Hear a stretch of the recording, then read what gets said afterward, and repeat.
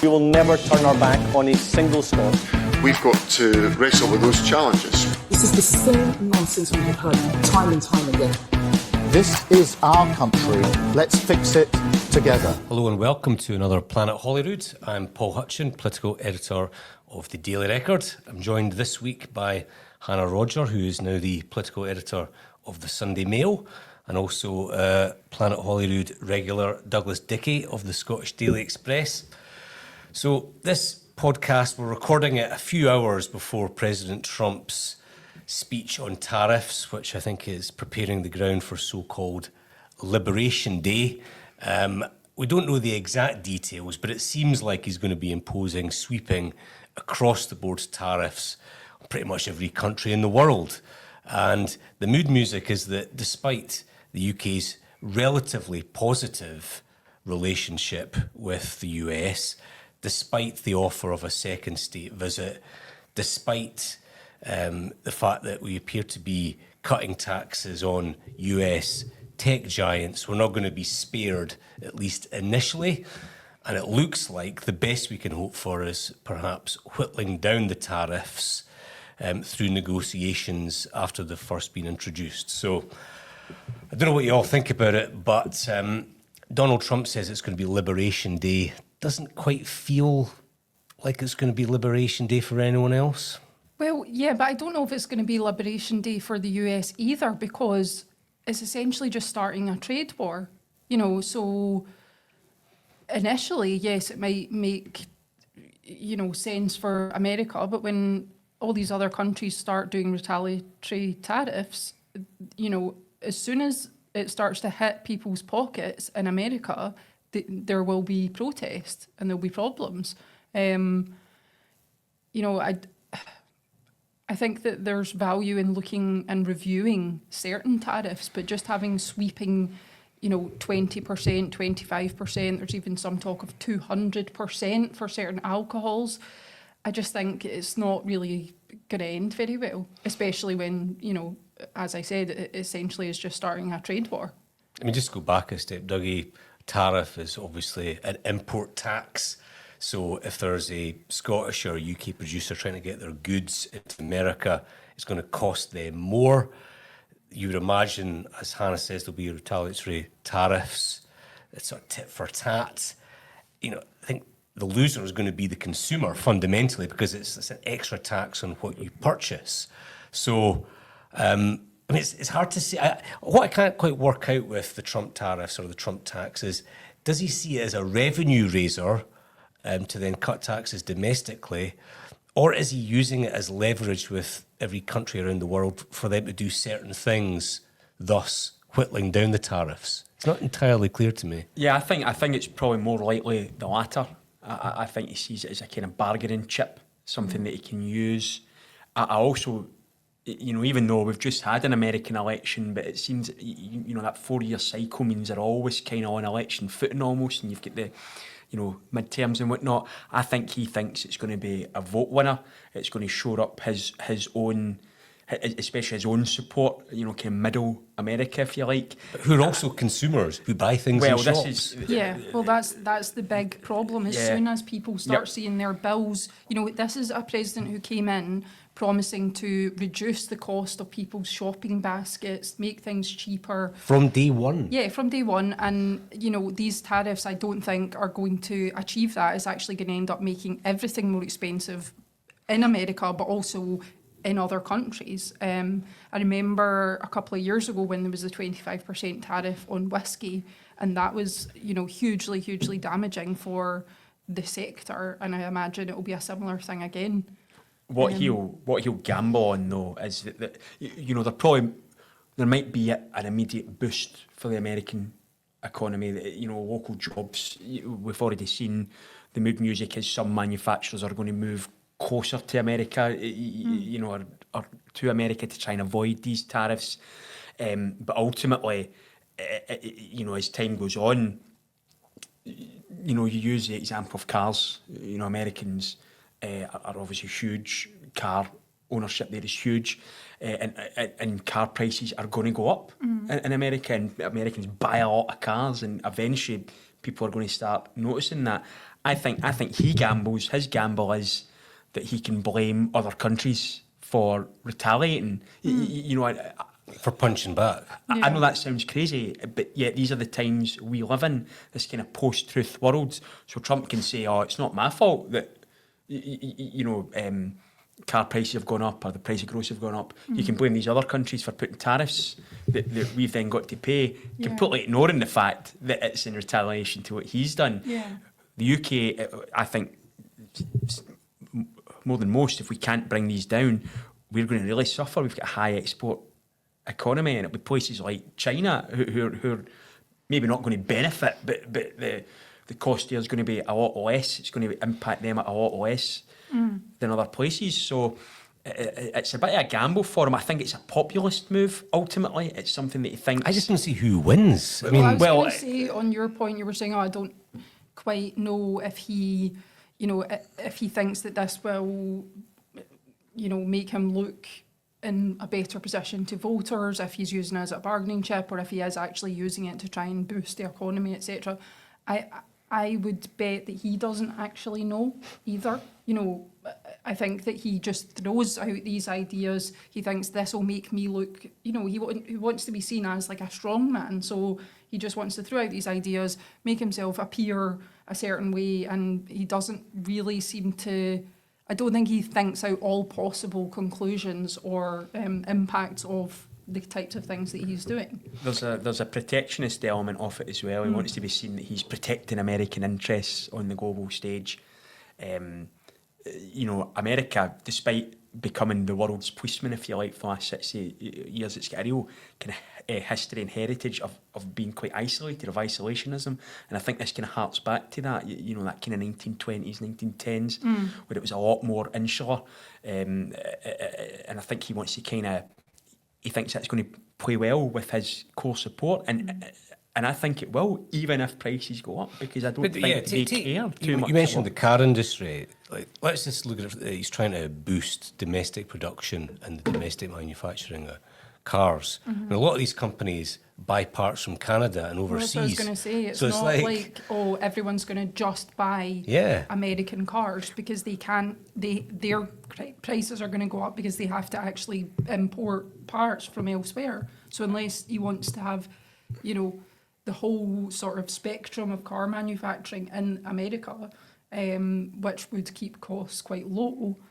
I think that's his gamble, though. I think that's what he hopes that companies will move work to America to avoid these tariffs, which will keep prices low there and will create jobs. I think that's part of his gamble. I think, inflation was one of the things that hammered Biden in terms of the last 4 years, and that had a knock-on impact on Kamala Harris. I just think that the inflationary impact of these policies will hit whoever wants to be the Republican candidate in 4 years' time. Yeah. There just doesn't seem to be an upside to this, other than America throwing its weight around. But people hate going to the shops and seeing that the goods that they buy on a daily basis are going up in price. I love it. I absolutely love it. Yeah.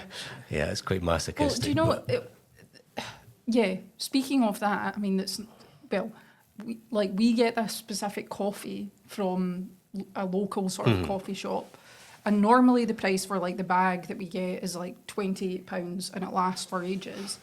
Went to get it last week, £38 now, and I was like, okay, this is and that's in a kind of extreme example, but things like eggs. Remember the whole Larkhall thing when that was through the roof, and when you think about it, combined with all the costs of everything going up, we don't need to rehearse all the bills that are going up.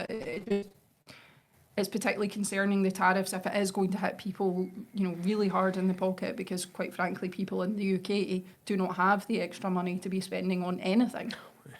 Well, we've already had just said April Fool's Day, we're being taken by fools with, these... April Cruel Day, April whatever, bill rises and whatnot, so... I mean, look at it from the UK perspective. It's going to be bad for UK companies, it's going to be bad for the UK government, and it's going to be terrible for Rachel Reeves, because, last week she already had to confirm that the growth forecast was going to be cut in half for 2025. pretty much all the economists say that US tariffs are going to hit UK growth even further. So any headroom that she might have built up again through things like welfare savings might go out the window. Yeah. It just seems like, I mean, I feel a bit sorry for her in the sense that she had her budget last October, and then a few days later, Trump wins, throws a spanner into the works of the global economy. She has her spring statement, thinks that, you know, she's maybe got her head above water. A few days later, Trump introduced tariff. She just can't escape this guy. She's made her own mistakes, but I mean, she's really kind of, he's like the drag anchor. But I do think with Donald Trump, he's so sort of fickle and unpredictable that he could announce something one week and then he'll have a great conversation with Keir Starmer, or he'll be invited for afternoon tea with the king, and then he'll decide, oh, actually, we really like the UK, we'll ditch all these tariffs. And that's the sort of unsettling thing, you know, but also I don't think we can draw too many conclusions from what he's going to announce, because it could, like that, change.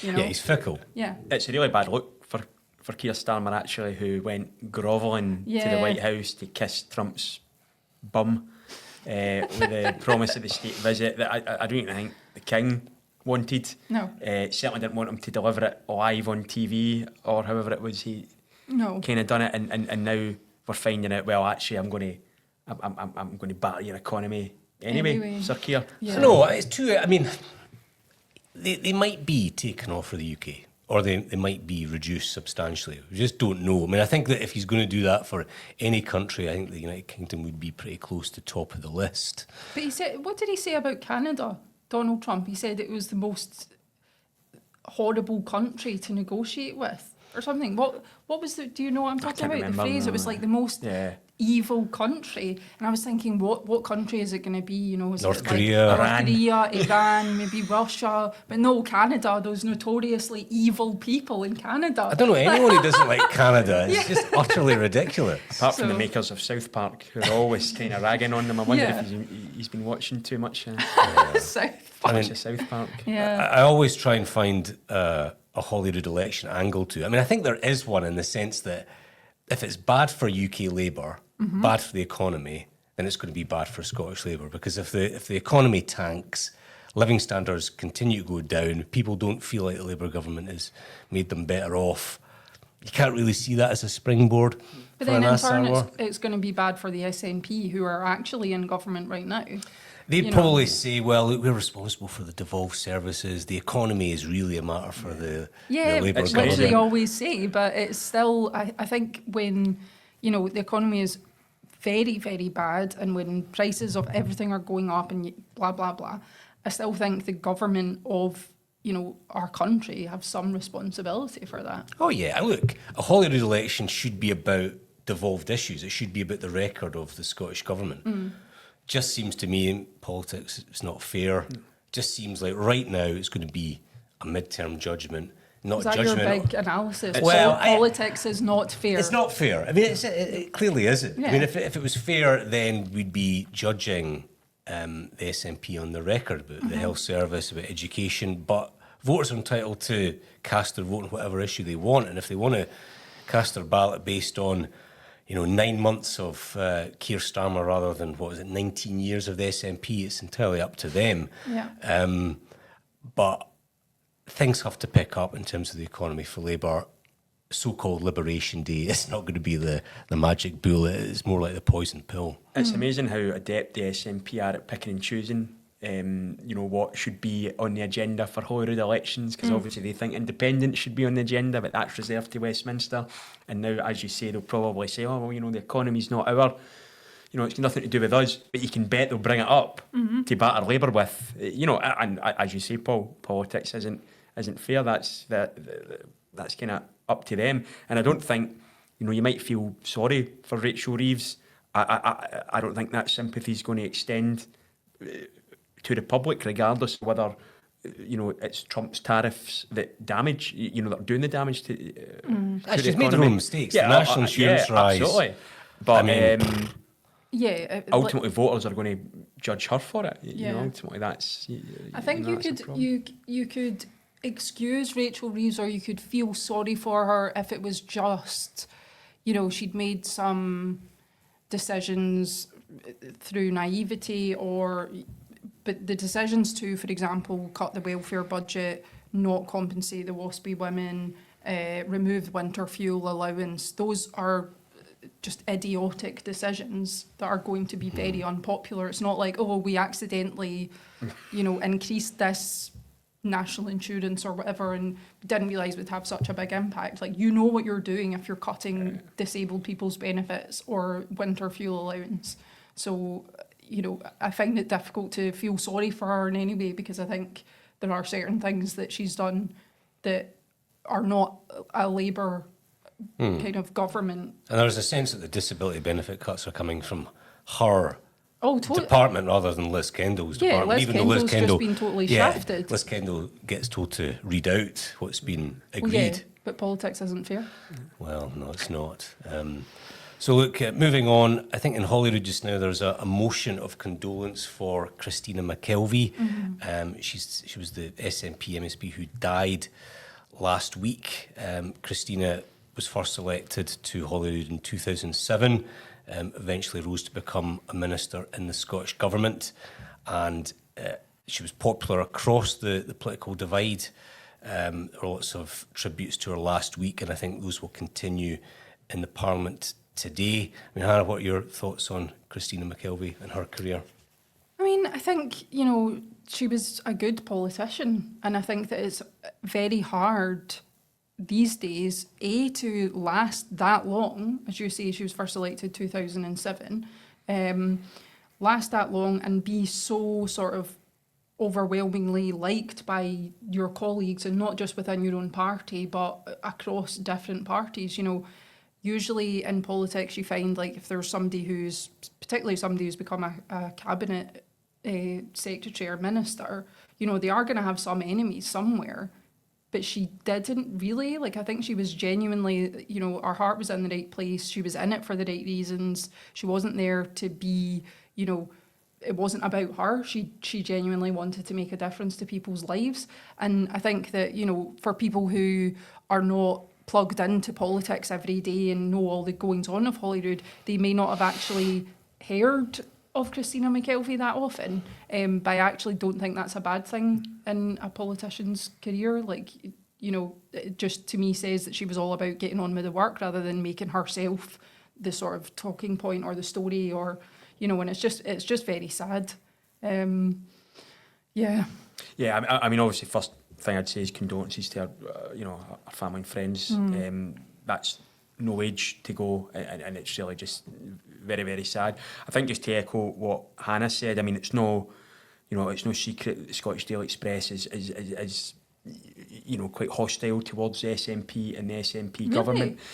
Hostile? But Keep that quiet. Yeah. well, we do our best to, you know, but I think what I can say is Christina McKelvey is someone who never really, you know, came across our radar in a way, because she just kept her head Didn't do down. too much to piss you off.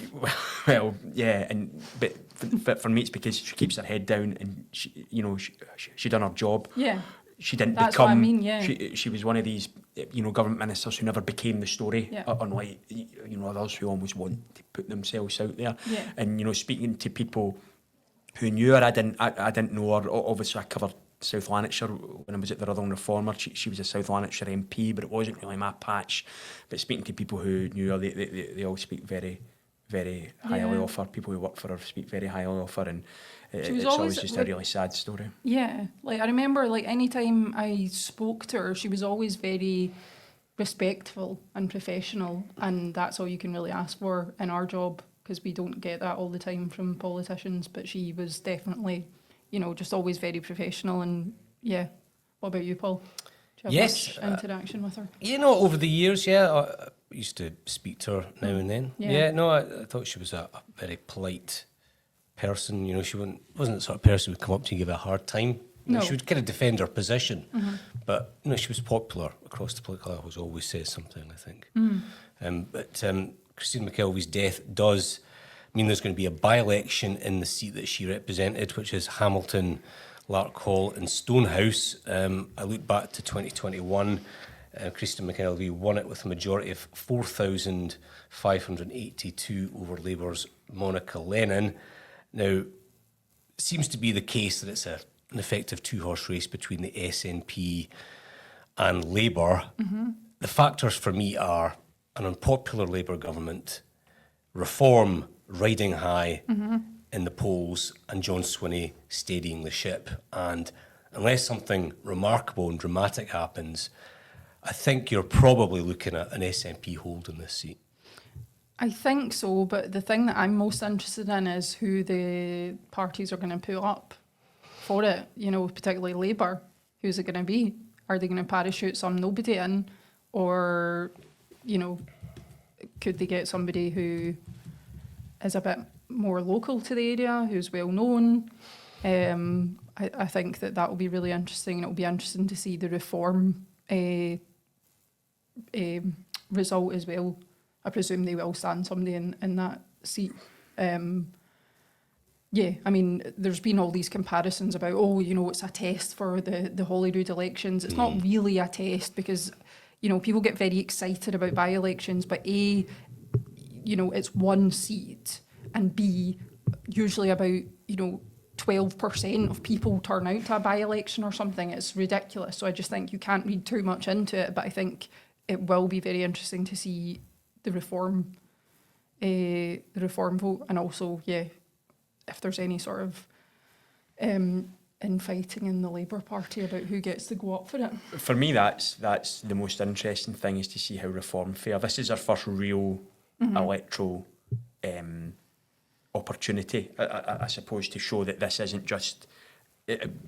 I know what you're saying about by-elections, but at the end of the day, it's still a cross-section of society. You know, it still gives us an idea. But council elections are notoriously low turnouts. This will probably be about 30% mark, I'd imagine, 35%. It does give a little bit more indication as to whether Reform really are on the rise, or whether it's just a kind of short-term protest vote. Yeah. Some folk in Reform think they can win it. I mean... Well... It was Reform think they can win everything. It was suggested to me yesterday by someone whose opinion I would certainly respect, that Reform could finish second in the seat. I'm not so sure. You know, this is a real Labour heartland, Lanarkshire, you know, although it became an SNP heartland. You know, they lost by 4,000 votes. We're talking about, you know, who they're going to stand up. I doubt they would find a better candidate than Monica Lennon to stand for them. So I think it will be an SNP win. They'll win it with barely a third of the vote, probably, because everyone else is split. But it depends though who the SNP put up. I'm not sure it matters. Do you think though? No. Because I think if there's a complete nobody the SNP put up, no one's heard of, compared to, for example, say it was Monica Lennon. You know, a lot of people have heard of Monica Lennon. She's a very, very successful... But Monica Lennon's not going to stand. She's already an MSP. Well, I mean, I think that the names I'm hearing in terms of the Labour candidacy are Monica Lennon, who would have to resign her position as a list MSP, but I understand that she is considering it. Yeah, and then I think she would want to be the constituency. And there's two councillors, Gavin Keat and also another councillor called Sheilene Handybode, whose name has been mentioned in dispatches. So perhaps one of those three. Yeah, but I think it's a bit of a no-brainer. If you're Monica Lennon, you should go for it, and you would have a better chance of winning. Do you risk your position so close to... I think it'd be different if we were 1 year in. But I mean, there's an election in 12 months. Well, if that's her patch, if that's the seat that she wants, what are you waiting on? 2026.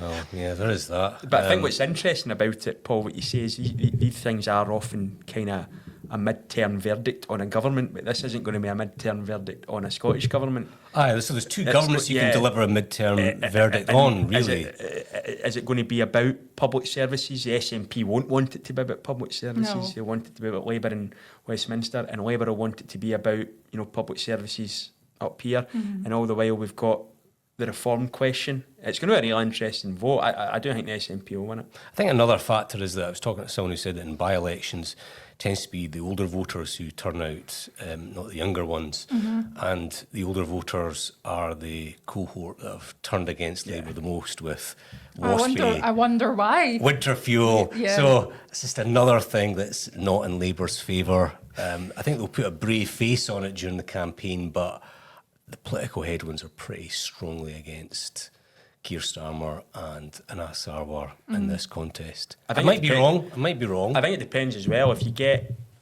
a lot of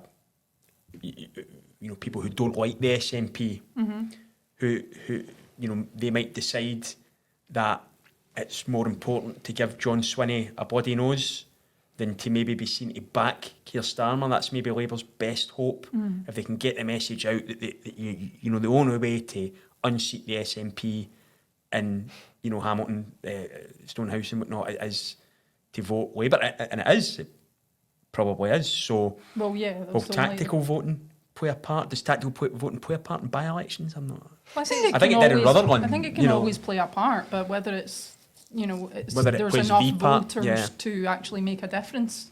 I think there are enough voters to make a difference, because I don't think the SNP. No, I mean who are actually going to turn out. Yeah, exactly. So no, but the SNP ain't going to get anywhere near even 40% here. No. Like, so if someone could get their act together against them, then they would stand a really good chance. But are enough voters prepared to hold their nose? For the sake of giving John Swinney a bloody nose. I also think that it's wrong to see reform voters as anti-SNP voters. They're probably just as much anti-Labour, anti-Tory as they are. And they're probably anti-establishment. They just dislike the mainstream parties generally. And so I think that is true as well. Like, a lot of the reform has scooped up a lot of just sort of disillusioned people. Who, I think you can make a fair assumption that the majority of reform supporters have come from an anti-SNP background. they won't be for independence, No. but they will not be for Keir Starmer, and they probably think that so it Kemi depends Badenoch's whether a sellout. Yeah, it probably depends whether they're willing to. Are they? Is it more important to them for reform to get 20% than it is to stop an SNP, and potentially give an SNP momentum to go into 2026? And by-elections tend to be protests, don't they? It gives you the opportunity to protest against something. Reform are the ultimate protest party. I know. That's why it will be really interesting to see how they do. Yeah. Just wrapping up, there was a bit of news earlier today. Patrick Harvey, the long-standing, long-serving co-leader of the Scottish Greens, was it 17 years, something like that, Yeah. announced that he'll be standing down.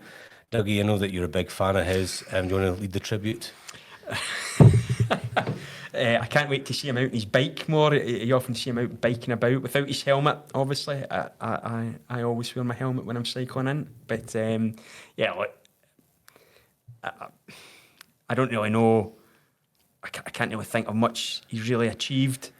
The Greens, in my opinion, should be doing better than they are. I know they'll say, we've got eight MSPs, or maybe add to them in 2026. But I think the last few years have been ripe for a proper Green Party to make a real impact on Scottish politics, and they failed to do it. And in my opinion, they failed to do it because Patrick Harvey, is tied him so firmly to the constitutional question, and they've become obsessed with these kind of fringe transgender issues and whatnot. And it's always felt a bit like, to me, that the actual environmental issues under Patrick Harvey have been kind of relegated to the back seat. I do know that, speaking to people between him and Lorna Slater, I think he's a much bigger hole to fill for the Greens than Lorna Slater would be, who I think might face our own challenge, because I think they have they have a leadership contest every year, effectively. They've voted in kind of every year, so it'll be interesting to see who wants it, and who's going to be led by Ross Greer, who's obviously going to get it. I think he's had a big impact. I mean, you can Who, debate Patrick? Patrick, whether you say it's positive or negative. the higher income tax that we have in Scotland, particularly on the wealthy, that's largely down to the Greens. Thanks, and Patrick. Now, you may think that's a bad thing, or you may see it as a way of generating extra revenue, but that is down to them. And, if it hadn't been for the Greens, I think that, if you could take housing and the issue of tenants and rent, Yeah. I think what I was gonna his say. record on actually tilting the balance away from landlords being able to do whatever they want to protect tenants, people who rent, I think is also commendable. So, there's going to be lots of folks slagging him off. And look, I think his record in government and the record in government of Lorna Slater was mixed and patchy, to say the least. But he's achieved an awful lot more than the average MSP. I agree. That's. I would suggest that's damning him with faint praise. No, not at all. I mean, I think a lot of the things that people in the centre-right do not like about Scotland just now are largely down to the Greens, but I think that a fair-minded analysis would give them some credit for that. But also, just because people don't like it doesn't mean that it's bad. I would say that specifically Patrick Harvie, but the Green Party have got a habit of picking up on certain issues that they feel strongly about, but things that don't tend to be the focus. So the renters' protections, as you say, fringe transgender issues, which I, don't agree with the categorisation, but and I think that for the group of people that they are talking about and these issues affect, it's very important to them to have a party or see a politician stand up and reflect their opinions and their experiences. But definitely, I mean, aside from the deposit return scheme, which I will not go into, but that was, a bit of a mess. I think that, there's been far worse politicians in Holyrood than Patrick Harvie. But, in terms of the Green Party, I think it's probably good for them to have a bit of a shake-up and Yeah, new 17 years leadership. is too long. Yeah, but whether Ross Greer is a suitable replacement, I am undecided on that. Don't sound undecided. No, I just think it would just be nice to have a bit more variety within the Green Party to choose from, and I don't think there is much. I don't think there are many options. So who else is it going to be if it's not Ross Greer? I mean, the Scottish Daily Express will be backing Ross Greer in this campaign. Good to know. All right, that wraps it up for this week. Thanks very much to Hannah and to Dougie for joining me. You can listen to this episode of Planet Holyrood on Spotify or Apple Music, or watch it on the Daily Record YouTube channel. Don't forget to follow us on Instagram and TikTok, apparently, for the latest news and the best bits of the podcast. Cheers. We will never turn our back on a single Scot. We've got to wrestle with those challenges. This is the same nonsense we have heard time and time again. This is our country. Let's fix it together.